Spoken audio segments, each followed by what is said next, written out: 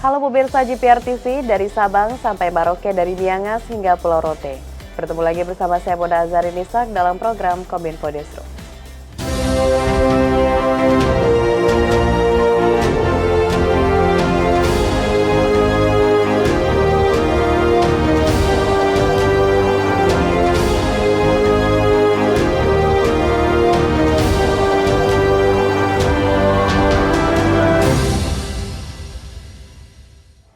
Pemirsa, kita ke informasi pertama. Kementerian Komunikasi dan Informatika berkolaborasi dengan Kementerian Agama melaksanakan pelatihan penyuluh informasi publik di Kota Lampung, Bandar Lampung. Pada kegiatan pelatihan, para peserta PIP selain akan mendapatkan materi dari para pengajar Kemenak, juga akan menerima materi terkait berbagai informasi dan program serta kebijakan pemerintah.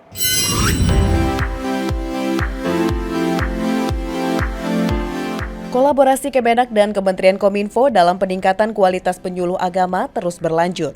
Kali ini Provinsi Lampung menjadi daerah keempat pelaksanaan pelatihan penyuluh informasi publik tahun 2023. Pelatihan yang diikuti oleh 30 peserta ini dilaksanakan selama 6 hari di Asrama Haji Provinsi Lampung, mulai dari tanggal 27 Februari hingga 4 Maret 2023. Adapun materi yang akan didapat oleh peserta yakni berbagai isu strategis dan 6 program prioritas pemerintah 2023 yang meliputi stunting, imunisasi, KUR, BPJS Kesehatan, BPJS Ketenagakerjaan, dan moderasi keberagaman. Manfaat pelatihan ini banyak ya, terutama untuk bahan-bahan yang ingin disampaikan kepada masyarakat. Kadang-kadang masyarakat belum mengerti, belum paham. Nah, ini bahan-bahan yang disampaikan dalam pelatihan ini sangat membantu kami untuk dapat memberikan informasi yang benar kepada masyarakat supaya masyarakat lebih cerdas dalam menyikapi isu-isu yang ada. Sementara itu, peserta juga mendapatkan berbagai materi tentang informasi publik dari Kementerian Komunikasi dan Informatika. Di antaranya, mengenai sistem informasi dan pembuatan konten kreatif dengan smartphone sebagai alat bantu penyuluhan. Peserta PIP mengaku dengan adanya pelatihan ini akan mempermudah mereka untuk memberikan informasi kepada masyarakat, sehingga masyarakat dapat dengan baik menyikapi isu-isu yang ada saat ini. Selain itu, dengan adanya pelatihan PIP ini dapat memberikan inovasi bagi penyuluh dalam melakukan penyuluhan di lapangan. Supaya kami bisa mengemban tugas dengan baik ini, diberi kesehatan, diberi kelancaran, bisa menambah ilmu dan menambah teman, terutama itu yang suka menambah teman, dan bisa meningkatkan kapasitas dari penyuluh supaya menjadi lebih baik. Kebersamaan di Bandar Lampung ini mereka tetap terjaga dengan baik. Nah, peran penyuluh ini di mana mereka langsung bersentuhan langsung kepada masyarakat, di mana selain daripada memanfaatkan media sosial, tentunya memang perlu secara langsung untuk mereka bertatap muka langsung bersama masyarakat yang ada di tiap-tiap daerah, di KUA tentunya seperti itu, yang mereka keseharian sebagai penyuluh agama, sebagai agen daripada penyuluh agama dan juga penyuluh informasi publik. Dan tantangan besar untuk para peserta PIP, mereka akan menyebarkan informasi secara benar, tepat di masyarakat yang keberagaman budaya, ras, suku, dan bahkan agama yang sangat luas di Provinsi Lampung. Karena Provinsi Lampung ini termasuk provinsi yang rawan konflik, terkhusus di bidang agama. Sehingga butuh para penyuluh dari Kementerian Agama yang memiliki cara yang efektif untuk penyampaian informasi yang tepat dan diterima oleh masyarakat, sehingga satu visi, satu misi, satu persepsi tentang program-program pemerintah, tentang kebijakan-kebijakan pemerintah, sehingga diterima dengan baik oleh masyarakat. Badan Siber dan Sandi Negara kembali melakukan perjanjian kerjasama dengan 16 pemerintah daerah melalui pemanfaatan sertifikat elektronik. PLT Sekretaris Utama BSSN YB Susilo Wibowo menyebut, hingga saat ini BSSN telah melakukan kerjasama pengguna sertifikat elektronik dengan 550 instansi di Indonesia. Badan Siber dan Sandi Negara kembali meningkatkan fungsinya dalam mengawal ruang siber, yakni melakukan perjanjian kerjasama dengan 16 pemerintah daerah melalui pemanfaatan sertifikat elektronik BSRE.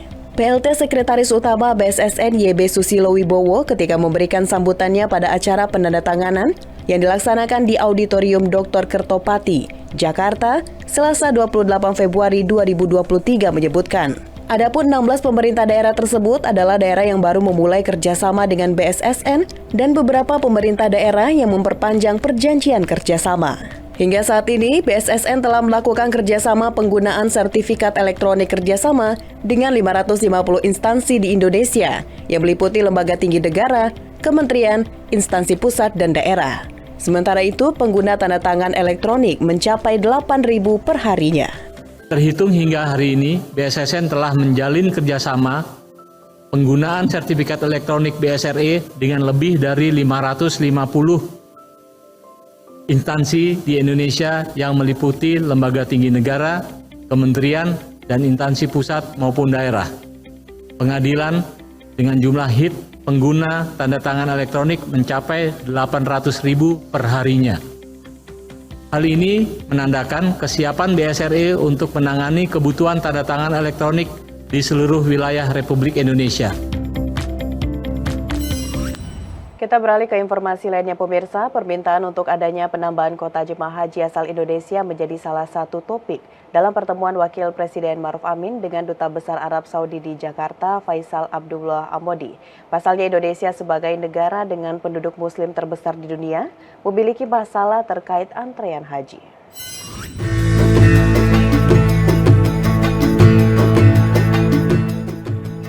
Wakil Presiden Kiai Haji Ma'ruf Amin menerima kunjungan kehormatan Duta Besar Kerajaan Arab Saudi untuk Indonesia, Faisal Abdullah Amodi, di kediaman resmi Wapres di Jakarta. Dalam pertemuan tersebut, juru bicara Wakil Presiden Masduki Baitlawi menyatakan, Wapres meminta kepada pemerintah Arab Saudi untuk menambah kuota haji bagi jamaah asal Indonesia. Antusiasme umat Islam di Indonesia sangat tinggi karena Indonesia merupakan negara dengan penduduk muslim terbesar di dunia. Namun terkait dengan permasalahan antrean haji, masyarakat Indonesia mesti menunggu cukup lama karena kuota yang disediakan oleh pemerintah Arab Saudi terbatas.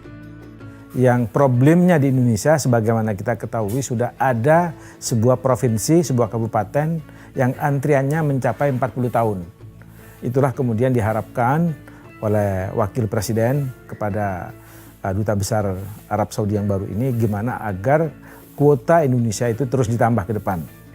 Dan itu juga disanggupi dalam pengertian bahwa akan dilaporkan kepada kerajaan, kepada MBS, persoalan-persoalan yang dihadapi di Indonesia. Lebih lanjut, pada pertemuan tersebut, Wapres juga menyampaikan harapan agar ada peningkatan investasi dari Arab Saudi di Indonesia. Menurut Wapres, investasi Arab Saudi di Indonesia cenderung menurun dalam 3 tahun terakhir. Bahwa yang menurun itu sebenarnya adalah pihak swasta. Kalau hubungan perdagangan antara pemerintah itu cukup bagus dan cukup intensif. Tapi itu adalah juga dia berjanji untuk mengintensifkan kembali, seperti itu. Sementara itu pemirsa, Direktur Jenderal Penyelenggaraan Haji dan Umroh Kementerian Agama Republik Indonesia Hilman Latif menyampaikan pihaknya terus mendorong penyelenggaraan haji yang terbuka, transparan, dan akuntabel. Hal tersebut disampaikan langsung dalam diskusi secara daring yang digelar Forum Merdeka Barat 9 di Jakarta.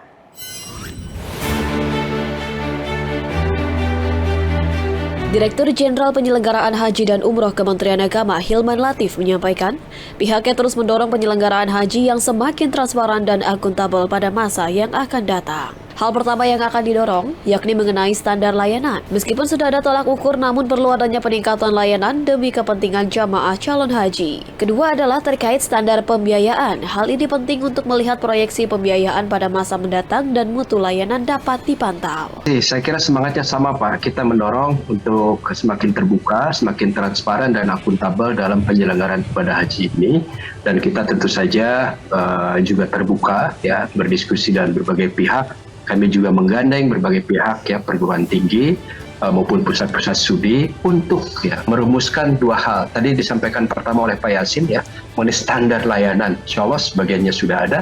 Yang kedua adalah standar pembiayaan. Dan ini juga penting bahwa ke depan proyeksi pembiayaan haji sudah bisa terbaca dengan baik dan standar yang jelas. Dalam diskusi tersebut, Dirjen Hilman juga menegaskan bahwa selama rentan waktu dari 2019 hingga ke 2023 terjadi inflasi dan kenaikan harga yang cukup signifikan di Arab Saudi. Untuk itu pihaknya tengah melakukan sejumlah mitigasi terkait biaya penyelenggaraan biaya haji 2023 yang semula mengacu pada biaya haji 2019. Otoritas Jasa Keuangan menilai stabilitas sektor jasa keuangan tetap terjaga dan kinerja intermediasi lembaga jasa keuangan tetap kuat. Stabilitas ini pun berkontribusi mempertahankan kinerja perekonomian nasional di tengah masih tingginya ketidakpastian global. Ketua Dewan Komisioner OJK, Mahendra Siregar, menyatakan siap menjaga stabilitas sektor jasa keuangan dan kinerja intermediasi lembaga jasa keuangan tetap kuat.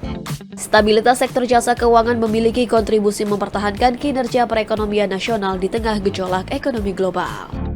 Stabilitas sektor jasa keuangan tetap terjaga dan kinerja intermediasi lembaga jasa keuangan tetap tumbuh kuat, sehingga berkontribusi mempertahankan kinerja perekonomian nasional di tengah masih tingginya ketidakpastian global. Mahendra optimis, daya konsumsi masyarakat mengalami perbaikan dan peningkatan. Hal ini tercatat dari kenaikan indeks keyakinan konsumen dan indeks penjualan retail. Pada kesempatan yang sama, Kepala Eksekutif Pengawas Pasar Modal OJK Inarno Jayadi mengatakan, indeks harga gabungan menguat 0,25% sejak awal bulan Februari. Penguatan didasarkan pada investor non-residen yang membuktikan inflow mencapai 3,38 triliun rupiah. Sejak awal tahun, IHSG telah dibuka menguat tipis sebesar 0,09 dengan penyerapan dana asing yang masuk mencapai 162,8 miliar rupiah secara year to date. Lebih lanjut, nilai aktiva bersih atau NAB reksadana tercatat sebesar 509,18 triliun atau menurun 0,05% month to date, dengan investor reksadana membukukan net subscription sebesar 3,96 triliun month to date. Secara year to date, NAB reksadana tumbuh 0,85% dan tercatat net subscription sebesar 7,88 triliun. Pemirsa, Kominfo Newsroom akan segera kembali dengan informasi lain. Sesaat lagi tetaplah bersama kami.